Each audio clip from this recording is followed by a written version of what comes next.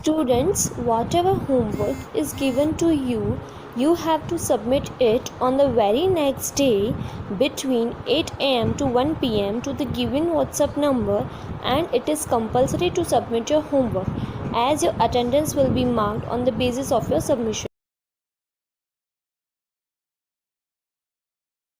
अपनी आदतों को भी हम यथासंभव अच्छी रखें। सोने, जागने, नित्य कर्म आदि में नियमितता बरतें। सांसारिक सुखों का उपभोग करें, किंतु संतुलन खोकर नहीं। आहार विहार बिगाड़ देने से भी रोग होते हैं, उनको ठीक रखने से रोग स्वयं दूर हो जाते हैं और हम निरोगी बनकर रहने लगते हैं।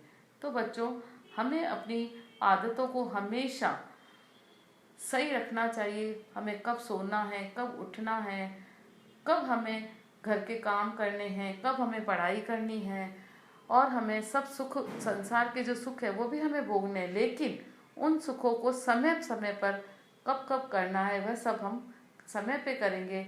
खाना समय पर खाएंगे तो हमारे जो शरीर में स्वास्थ्य खराब होता है वो स्वास्थ्य हमारा खराब नहीं रहेगा, और हमें जो रोग होते हैं, बीमारियां होती हैं, वो अपने आप ही दूर हो जाएंगी और हम इस संसार में निरोगी बनकर रहेंगे और हमारी सब सुख हमें प्राप्त होंगे।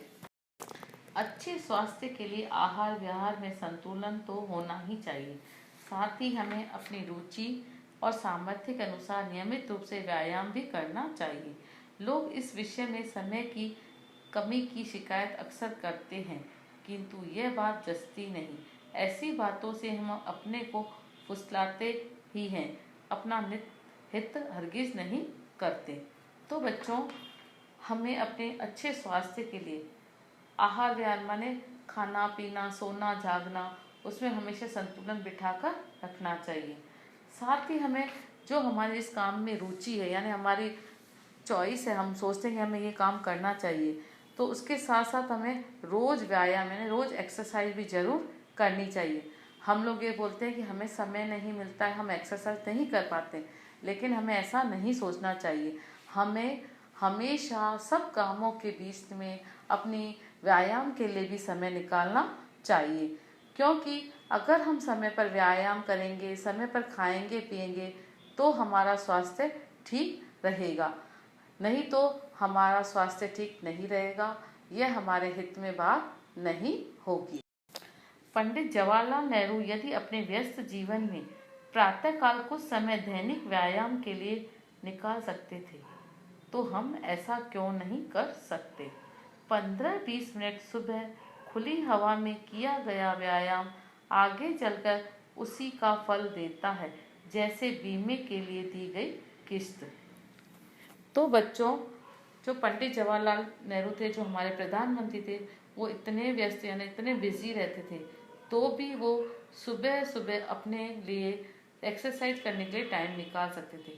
अगर वो समय निकाल सकते तो क्या हम नहीं निकाल सकते।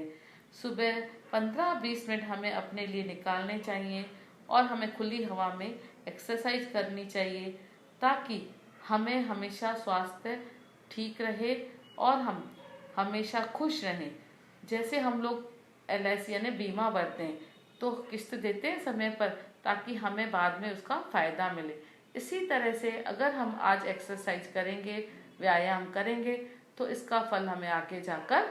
वे कहते जा रहे थे, स्वास्थ्य के साथ सफलता प्राप्ति में प्रार्थना का भी बड़ा महत्व है। हृदय से की गई सच्ची प्रार्थना कभी बेकार नहीं जाती, वह मनुष्य को मनचाहा फल देती है। तभी तो गांधी जी प्रार्थना पर इतना बल देते थे। समर्पण की भावना से की गई प्रार्थना से एक अजीब शक्ति मिलती है।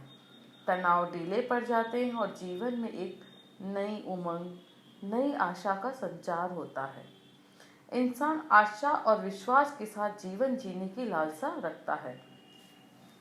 तो बच्चों, जो उनके पड़ोसी थे लेखक के, वो कह रहे थे कि जो स्वास्थ्य है, हमारा स्वास्थ्य, वो सफलता की प्राप्ति, मतलब हम जो अगर सफलता चाहते हैं, स्वास्थ्य की के साथ सफलता की प्राप्ति चाहते हैं, तो इसमें प्रार्थना का भी, जो हम भगवान से प्रार्थना करते हैं, उसका भी बहुत बड़ा महत्व है। अगर हम सच्चे मन से, दिल से अगर प्रार्थना करते हैं, तो कभी भी बेकार नहीं जाती है।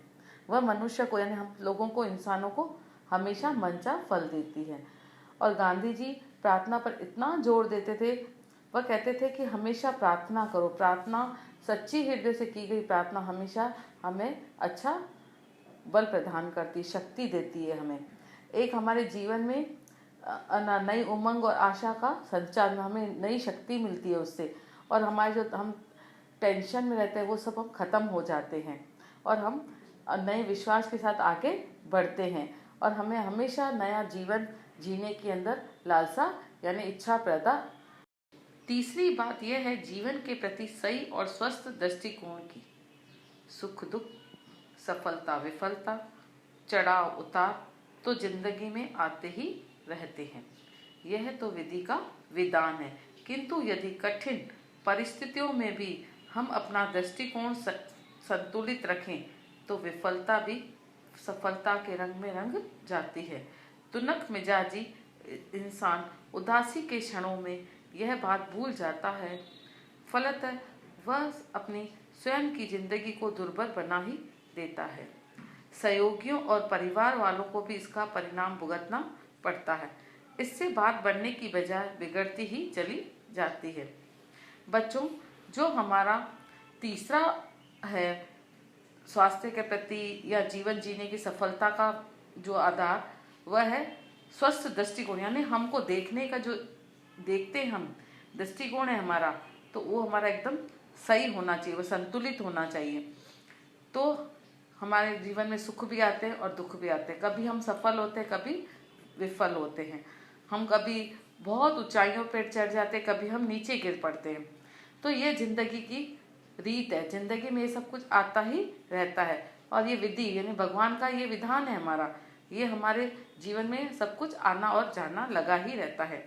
यदि हमें कितनी भी परेशानियां आए, कितनी भी मुसीबत आए, लेकिन हम देखने का जो नजरिया है वो एकदम सही रखें तो हमारी जो विफलता है वो भी हमारी सफलता बन सकती है। तुनुक मिजाजी का मीनिंग है गुस्सा जल्दी आना। जो इंसान गुस्सा जल्दी करता है और उदासी के क्षणों में उसको गुस्सा ही गुस्सा आता है तो वह सब कुछ भूल जाता है। अगर हम ऐसा करते हैं, हम सब कुछ भूल जाते हैं, तो इससे हम सफल बन सकते हैं। अगर हम उदासी और ये रखेंगे तो हमारे घर वाले भी इसकी वजह से परेशान होंगे और उनकी भी जिंदगी में मुश्किलें पैदा हो जाएगी। इसलिए हमें हमेशा सही दृष्टिकोण रखना चाहिए, इससे बात बन सकती है, नहीं तो बात बिगड़ सकती है। तो हमेशा हमारा ध्यान स्वस्थ एकदम दृष्टिकोण होना चाहिए। संक्षेप में सुखी और सफल जीवन के लिए अच्छा स्वास्थ्य, हार्दिक प्रार्थना और संतुलित दृष्टिकोण, ये तीनों आवश्यक ही नहीं अनिवार्य भी हैं। अतः इंसान को इन तीनों बातों पर विशेष ध्यान देना चाहिए। अनुभव सागर के ये चुने मोती हम सबके लिए पथ का प्रकाश बन सकते हैं, हमारे जीवन के पथ को प्रकाशित कर सकते हैं। तो बच्चों, आखिर में जो सफलता का रहस्य है वो है सुखी और सफल जीवन के लिए 3 दृष्टिकोण उन्होंने अपनाए। जैसे अच्छा स्वास्थ्य यानी हमारा जो शरीर है, बॉडी है, वो एकदम स्वस्थ हो, हार्दिक प्रार्थना यानी सच्चे दिल से भगवान से की गई प्रार्थना, और संतुलित दृष्टिकोण यानी देखने का जो हमारा नजरिया है वो एकदम सही हो। ये तीनों हमारी जिंदगी में बहुत ही आवश्यक हैं, हमें इन तीनों को अपनाना चाहिए। तो हमें इन बातों पर अच्छे से ध्यान देना चाहिए। ये जो उन्होंने लेखक ने के पास में जो रहते थे उन्होंने बताया था, उनके अनुभव थे ये, उन अनुभवों के आधार पर उन्होंने ये तीनों चीज़ें बताई। अगर हम इन तीनों चीज़ों को अपने जीवन में उतार लेते हैं तो हमारा जो पथ यानी जो हमारी राह है उसमें प्रकाश ही प्रकाश फैल सकता है और हमारा जीवन एकदम प्रकाशित यानी जीवन हमारा सुखी और सही बन सकता है।